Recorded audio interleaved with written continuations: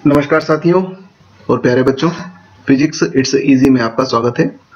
हम लोग बात कर रहे हैं कक्षा 11 के अध्याय 9 ठोसों के यांत्रिक गुण और इसका अभ्यास क्रमांक है 10। इसमें दिया गया है 15 किलोग्राम द्रव्यमान की एक दृढ़ पट्टी को 3 तारों जिनमें प्रत्येक की लंबाई 2 मीटर है से सममित लटकाया गया है।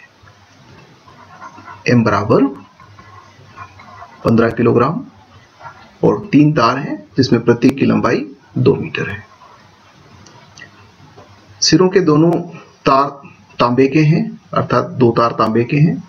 हम चित्र में अगर देख लें तो ये दृढ़ आधार है जिससे 3 तारों को लटकाया गया है। ये 3 तार लटके हुए हैं, 2 तांबे के हैं और एक बीच में लोहे का है और इन तीनों तारों से एक पट्टिका को लटका दिया गया है। तारों के व्यासों के अनुपात निकालिए, मतलब हमें व्यासों के अनुपात याद करना है d1/d2। यहाँ d1 जो है वो कॉपर के लिए है और d2 आयरन के लिए है। प्रत्येक पर तनाव उतना ही रहना चाहिए, यानी कि तीनों तारों में तनाव के मान समान है। ठीक है, तो यहाँ देखिए हमें कुछ अन्य जानकारी और चाहिए कि जैसे कि तांबे के लिए यंग प्रत्यास्थता गुणांक का मान होता है 1.1 × 10⁻11 न्यूटन प्रति मीटर वर्ग। इसी प्रकार से लोहे की यंग प्रत्यास्थता होती है 2.0 × 10⁻11 न्यूटन प्रति मीटर वर्ग। तनाव समान रहना चाहिए और जो भार लटकाया गया है वो एक समरूप है। इसका मतलब ये हुआ कि यहाँ विकृतियां जो है तीनों तारों में समान है, यानी कि ΔL/L के मान समान है तीनों के लिए। प्रारंभिक लंबाई समान है, यानी कि लंबाई में परिवर्तन भी समान हो रहे हैं। हमें व्यास के अनुपात ज्ञात करना है। तो ठीक है, हम इस सूत्र का उपयोग करते हैं। y बराबर होता है F/L/A × ΔL। यहाँ a जो है वो अनुप्रस्थ काट का क्षेत्रफल है। तो हम यहाँ से इसको एक काम करते हैं, इस सूत्र को थोड़ा सा और मॉडिफाई कर लेते हैं। तो y बराबर F/L/π और व्यास यदि d है तो त्रिज्या हो जाएगी d/2, यानी कि d²/4, तो 4 ऊपर आ जाएगा इंटू ΔL। ये हमने एक ही जगह पर लिख दिया है πr² और r की जगह पर d/2, तो ये d/2 से स्क्वायर हुआ तो 4/d² हो गया। अब यहाँ देखिए आपकी y जो है वो किस पर निर्भर कर रहा है? व्यास पर इस प्रकार से निर्भर कर रहा है। हम एक काम करते हैं कि यहाँ y1/y2 निकाल लेते हैं। तो y1/y2 क्या हो जाएगा?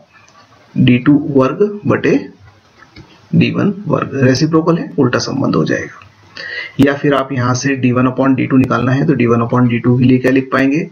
√y2/y1 मान रख दीजिए। तो d1/d2 बराबर √y2 का मान है 2 × 10⁻11 और y1 का मान है 1.1 × 10⁻11, यानी कि d1/d2 बराबर आ गया वर्गमूल 2/1.1। और जब आप इसे हल करेंगे तो d1/d2 का मान प्राप्त हो जाएगा 1.35।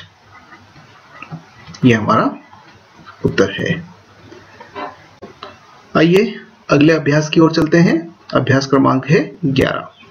इसमें दिया गया है 1 मीटर अतानित लंबाई के इस्पात के तार के एक सिरे से 14.5 किलोग्राम का द्रव्यमान बांधकर उसे एक ऊर्ध्वाधर वृत्त में घुमाया जाता है। लंबाई तार की दी हुई है 1 मीटर, L बराबर 1 मीटर और जो द्रव्यमान है वो है 14.5 किलोग्राम और इसको ऊर्ध्वाधर वृत्त में घुमाया जाता है।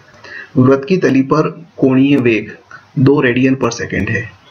ओमेगा का मान दे रखा है 2 रेडियन प्रति सेकेंड। तार के अनुप्रस्थ परिच्छेद का क्षेत्रफल यानी कि कैपिटल A, उसका मान दे रखा है 0.065 सेंटीमीटर वर्ग, या आप इसको लिख सकते हैं A बराबर 6.5 × 10⁻⁻6 मीटर वर्ग है।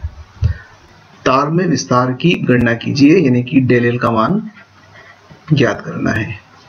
जब द्रव्यमान अपने पथ के निम्नतम बिंदु पर हो। देखिएगा कि ये एक तार है, इस O केंद्र से इसकी लंबाई L है, हमने लटका रखा है, इसका द्रव्यमान m है और इसको इस वृत्त की परिधि पर गोल गोल घुमाया जा रहा है। इस प्रकार से यह चक्कर लगा रहा है। तो वृत्त की परिधि पर घूमने के लिए इसे अभिकेंद्री बल की आवश्यकता होगी और आवश्यक अभिकेंद्री बल तनाव बल प्रदान करेगा। तो ये तनाव ऊपर की ओर है। अब जब निम्नतम बिंदु पर होगा तो यहाँ देखिएगा mg नीचे की ओर क्रियाशील है और तनाव को संतुलित करता हुआ अभिकेंद्रीय बल m ओमेगा स्क्वायर l। इसका मतलब इस डोरी में जो तनाव होगा वो mg plus m omega square l के बराबर होगा और ये तनाव जो है इसको तार के अंदर जो खिंचाव होगा उसके लिए रिस्पॉन्सिबल होगा, अर्थात जो इस पर प्रतिबल लगने वाला है वो इस तनाव बल के कारण से उत्पन्न होगा। तो हम लिख सकते हैं कि T बराबर mg plus m omega square l। अब आइए हम यंग प्रत्यास्थता गुणांक के सूत्र का उपयोग करते हुए उत्तर की गणना करते हैं। तो y बराबर होता है, यहाँ हम t के रूप में लिख रहे हैं, तो t गुणित स्मॉल l बटे a into del l। Del l का मान हमें ज्ञात करना है, तो डेल l बराबर हो जाएगा t का मान है mg plus m omega square l और इसमें गुणा किया है l से और नीचे आ जाएगा y इंटू a, y गुणित a। अब आप सभी के मान रखकर डेल l की गणना कर सकते हैं। तो डेल l बराबर हो जाएगा 14.5 गुणित 9.8, ये तो mg का मान हो गया, प्लस 14.5 गुणित 2 का वर्ग 4 और l का मान 1, ये पूरा t का मान हो गया। अब l से गुणा कर देते हैं तो l का मान 1 है। यंग प्रत्यास्थता गुणांक जैसा कि इस्पात का तार है तो इस्पात के लिए यंग प्रत्यास्थता गुणांक का मान होता है 2.0 गुणित 10 की घात 11 और a का मान दे रखा है 6.5 गुणित 10 की घात -6। तो ये सारे मान हमारे पास आ गए। डेल l बराबर 14.5 गुणित 13.8, ये ऊपर बच जाएगा और नीचे है 6.5 गुणित 2 यानी कि 13 और 10 की घातों को यदि समायोजित कर लें तो ये हो जाएगी 5, ऊपर जाकर 10 की घात -5 रह जाएगा। अब आप इसे हल करके डेल l के मान की गणना कर सकते हैं। डेल l का मान प्राप्त होता है 1.539 गुणित 10 की घात -4 मीटर। ये हमारा उत्तर है। धन्यवाद।